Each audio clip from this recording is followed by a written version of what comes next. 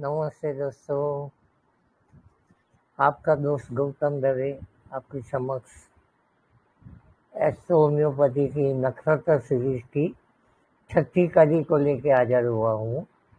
आप सब लोग जानते हैं, तो अगर नहीं भी जानते हैं कि हमने नक्षत्र को होम्योपैथी के साथ जोड़ने की कोशिश की है और आगे की जो 5 नक्षत्रों की सीरीज को बहुत ही बढ़िया अवकाश मिला, तो मैंने आज छठी सीरीज को मैंने रजू करा हूँ जो रोहिणी नक्षत्र है।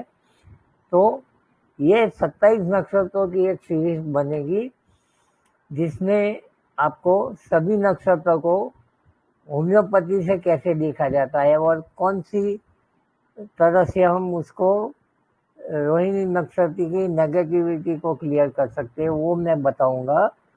और ये सभी आपको तुरंत मिल जाए, इसलिए आप मेरी चैनल को सब्सक्राइब कीजिए और आगे के जो भी नई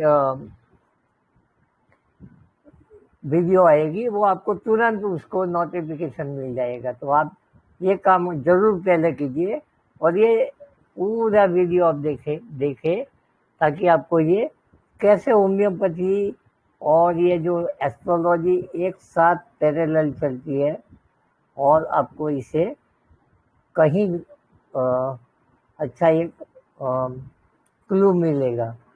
तो आज हम रोहिणी नक्षत्र के बारे में बात करेंगे। तो जो रोहिणी नक्षत्र है वो वृषभ राशि में पूरा उसका व्याप है और वो 10 डिग्री से लेकर 23.20 डिग्री तक का है। उसका राशियाधिपति शुक्र है और जो रोहिणी नक्षत्र का मालिक है वो चंद्र है। तो चंद्र और शुक्र ये दोनों का जो प्राधान्य होता है, तो दोनों बहुत ही शुभ है और चंद्र तो यहाँ पर उच्च का हो जाता है। तो ये जो नक्षत्र है 27 नक्षत्रों में सबसे आकर्षक और मोहक व्यक्तित्व का एक मालिक रोहिणी नक्षत्र है और ये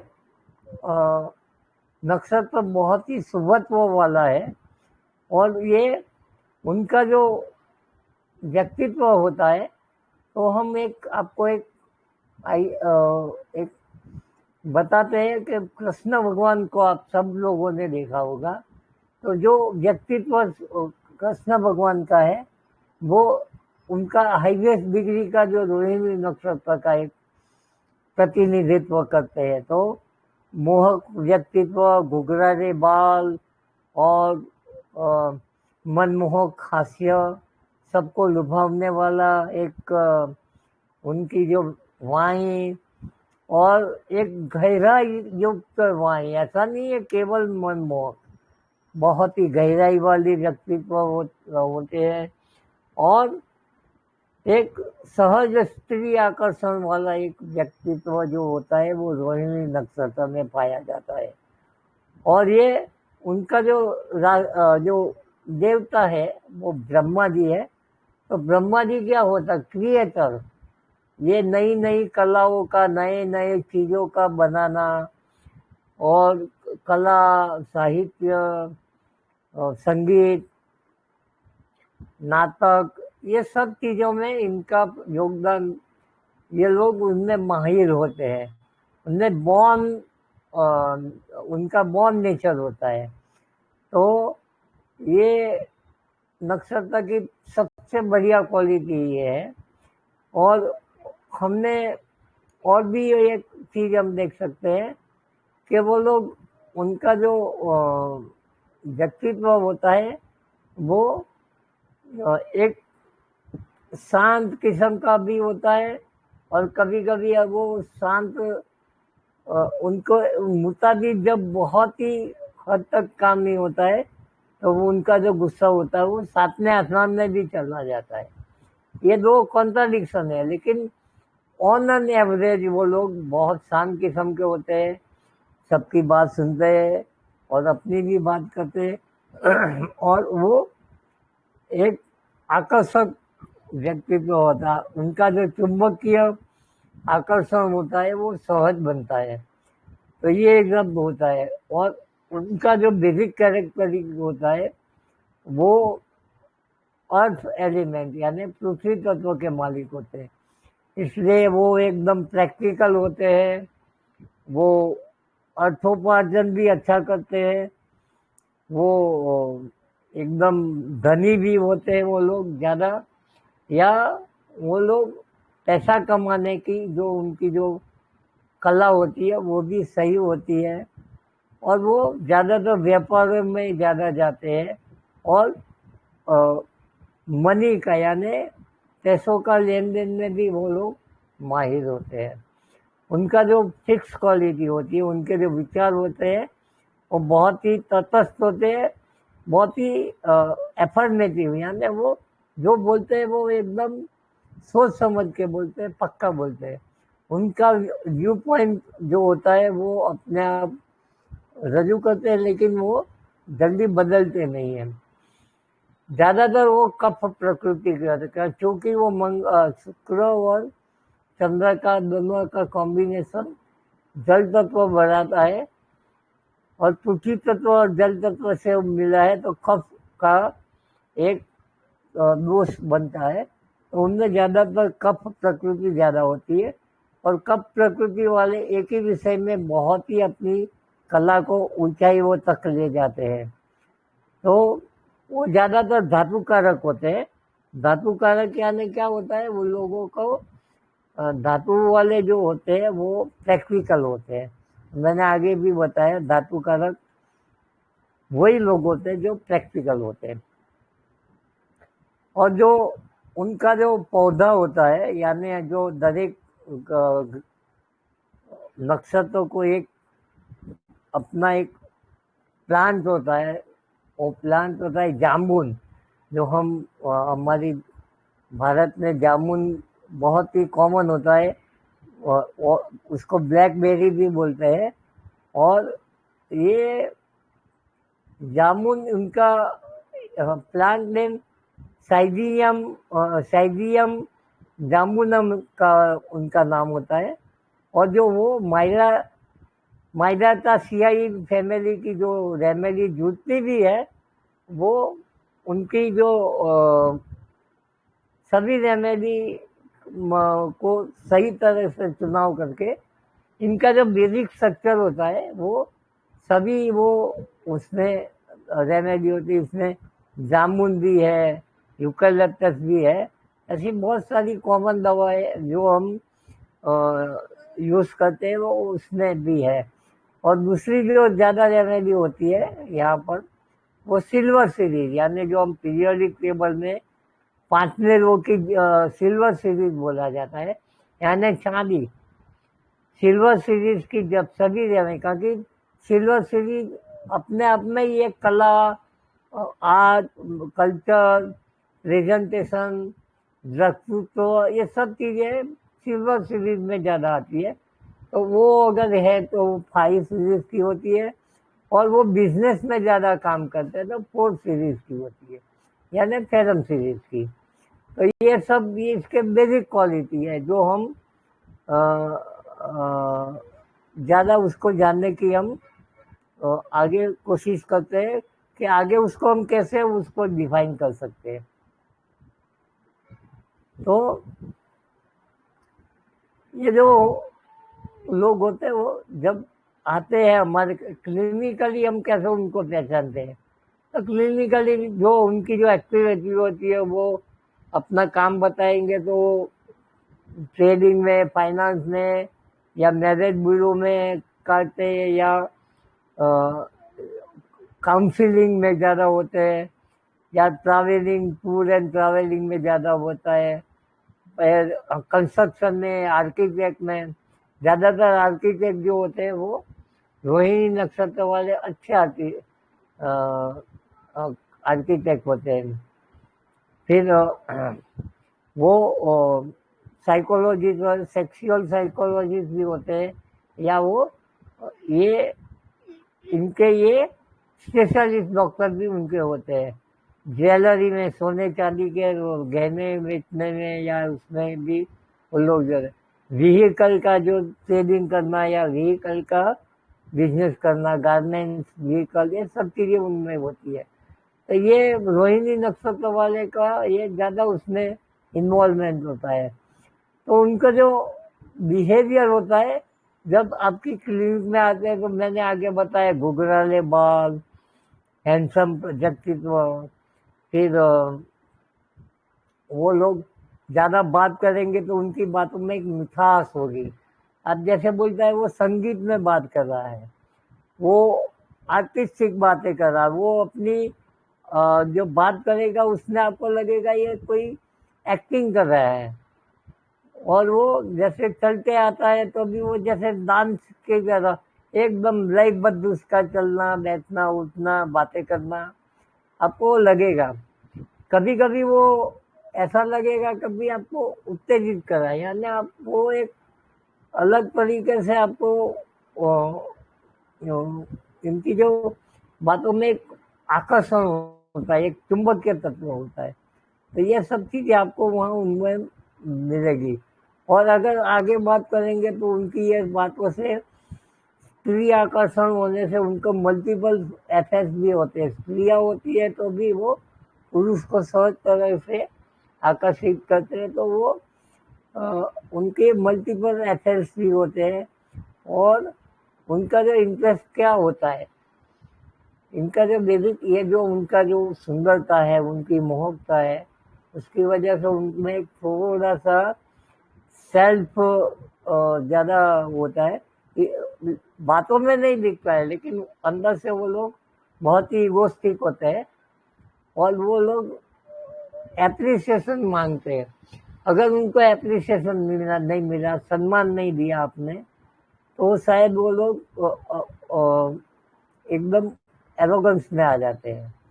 और अगर उसको आप वो उसको उनकी बातों में ध्यान नहीं देंगे तो वो लोग आपके साथ वो उनका व्यवहार भी बहुत ही गलत हो जाता है कभी कभी। और वो लोग उनका जो स्माइल है, उनका जो नेचर ब्यूटी है, हैंडसमनेस है, उनका वो लोग ज़्यादा से ज़्यादा अपने धंधे में या अपने कला में ज़्यादा उपयोग करते हैं। और अगर नहीं होता है तो वो लोग कभी कभी वो एकदम सातवें आसमान की तरह उनका गुस्सा फट भी जाता है और वो इगोइस्टिक नेचर के भी होते हैं। तो ये सब चीज़ें हमको ये देखने थी। तो ये और भी डिटेल में हम कैसे देखेंगे उनकी ये चीज। तो ये जो उनका जो ये है, वो आर्टिस्टिक नेचर तो देखा, और उसकी वजह से क्या होता है कि वो फैसिनेटेड हो जाते हैं। तो ये क्या होता है कि उनका इतना इन्वॉल्वमेंट हो जाता है कि ये लोग उनके पास काम में वो ऐसे ही लोग रखेंगे जो उनकी सूट करता हो, उसके सिवा वो लोग बहुत ही अपना जो लगाव होता है वो बनाए रखने में वो बहुत संघर्ष करते हैं। वो बहुत लौकोसित होते हैं, वो अपनी बात को रजू करने में वो पूरा अपना ध्यान लगा देंगे। हालांकि उनका जो रफ तो नहीं होता है, जो लैकेसिस की जो लॉकोसिटी है, ऐसा नहीं है, वो फॉस्फोरस की लॉकोसिटी है। यानी वो अपना जो पॉइंट रहेगा, टू द पॉइंट जाएगा, और वो अपना एक फ्लो में अपनी सब बातें, अपनी कला, अपनी जो प्रेजेंटेशन है वो बताएगा। और आगे भी उनका अगर ये जो उनके जो व्यवसाय है उनमें ज़्यादा ड्रग्स का या अल्कोहल का भी वो लोगों में ज़्यादा, क्योंकि चूंकि शुक्र और चंद्र का दोनों का मिलन होने से ओवर सेक्सुअलिटी और ओवर अल्कोहलिज्म भी हो जाता है और वो एरोगेंट भी हो जाते हैं, बहुत ही एरोगेंट होते हैं। कभी कभी तो आपको लगेगा कि इतना गुस्सा आदमी कर सकता है, इतना शांत व्यक्ति इतना गुस्सा करता है, और चीजें भी फंस जाती है और बहुत ही मुश्किल से उनका गुस्सा कंट्रोल होता है। हालांकि जल्दी आता भी नहीं है, लेकिन आता है तो जल्दी शांत भी नहीं होता है। यानी ये अग्नि तत्व वाला जो गुस्सा नहीं है, अग्नि तत्व का गुस्सा होता है जल्दी आता भी है और जल्दी शांत भी हो जाता है, जबकि यहाँ पर धीरे से आता है, बहुत ह्यूमिलेशन के बाद आता है, लेकिन आता है तो वो जल्दी शांत होने का भी नाम नहीं लेता है। तो ये सब थोड़ा अग्नि तत्व से या दूसरी तत्वों से अलग थोड़ा उनका गुस्सा है। अब हम आगे उनका देखेंगे कि उनका जो डोमिनेशन होता है वो इतना जबरदस्त होता है कि कभी हमको लगता है कि ये आदमी मुझे ही आया है मेरे पास, लेकिन मुझे ही वो सम्मोहित कर रहा है। यानी वो एक डोमिनेशन होता है। आपको लगेगा जैसे प्लेटिना का एक डोमिनेशन होता है, ऐसा एक आपको लगेगा, लेकिन प्लेटिना का भी हम सोच सकते हैं, लेकिन ये जो उनका जो डोमिनेशन होता है वो आपको मीठा लगेगा, आपको इरिटेटिंग नहीं लगेगा, लेकिन वो एक है, लगेगा कि ये मुझे खींच रहा है। जैसे कृष्ण भगवान जैसे अपनी मधुर सुरावलियों से बंसरी की लोगों को लुभाते थे और उनके सामने कोई आर्गुमेंट नहीं खड़ा रह सकता था, ऐसे ही वो एक आप सोच सकते हैं।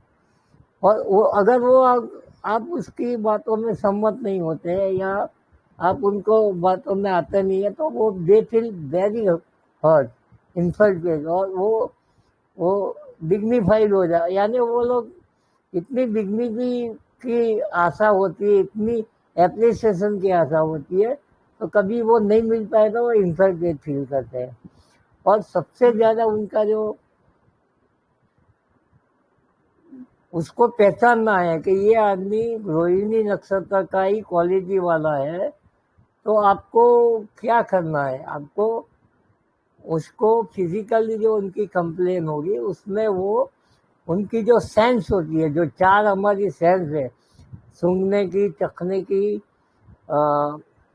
सुनने की और स्किन की, यानी ये टच की, ये चार पांच जो हमारी जो इंद्रिया या देखने की, ये पांचों इंद्रिया स्ट्रॉन्ग होगी तो वो बोलेगा कि सर मुझे स्मेल की बहुत, जब तीव्र स्मेल आती है या तो मुझे प्रॉब्लम होती है, ऐसे जो कोई होता है।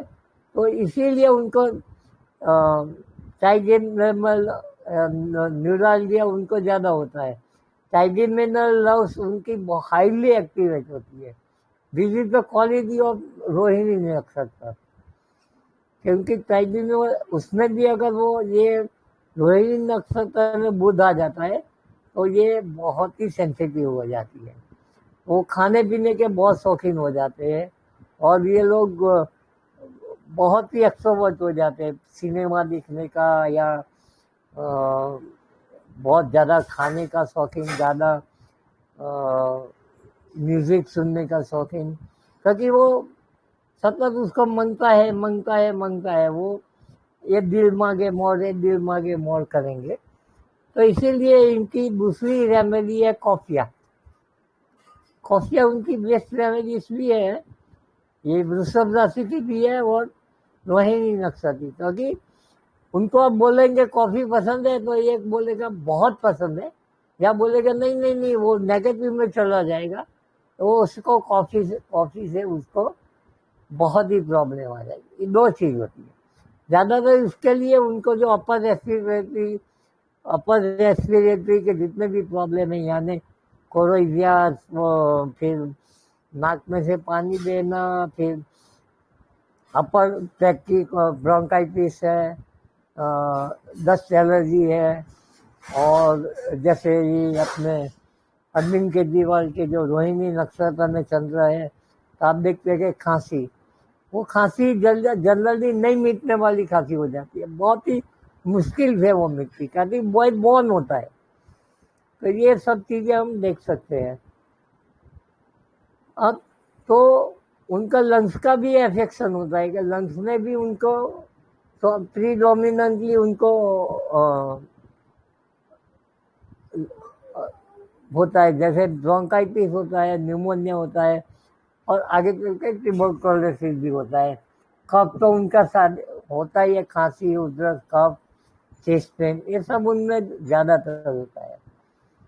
और जो उनका जो सेंसेशन होता है, प्रिकिंग यानी सुई जलने जैसा होता है, स्टिचिंग यानी जैसे कोई उसको स्टिच कर रहा हो, शूटिंग यानी एकदम जोर से उनका पीन आता है, टिकलिंग टिंगलिंग जो होता है वो। तो ये जो उनका जो सबसे ज्यादा जो उनका जो है नजदीक की रेमेडी वो ट्यूबरकुलर में भी है, और सिल्वर सीरीज की जो मैंने आगे बताया।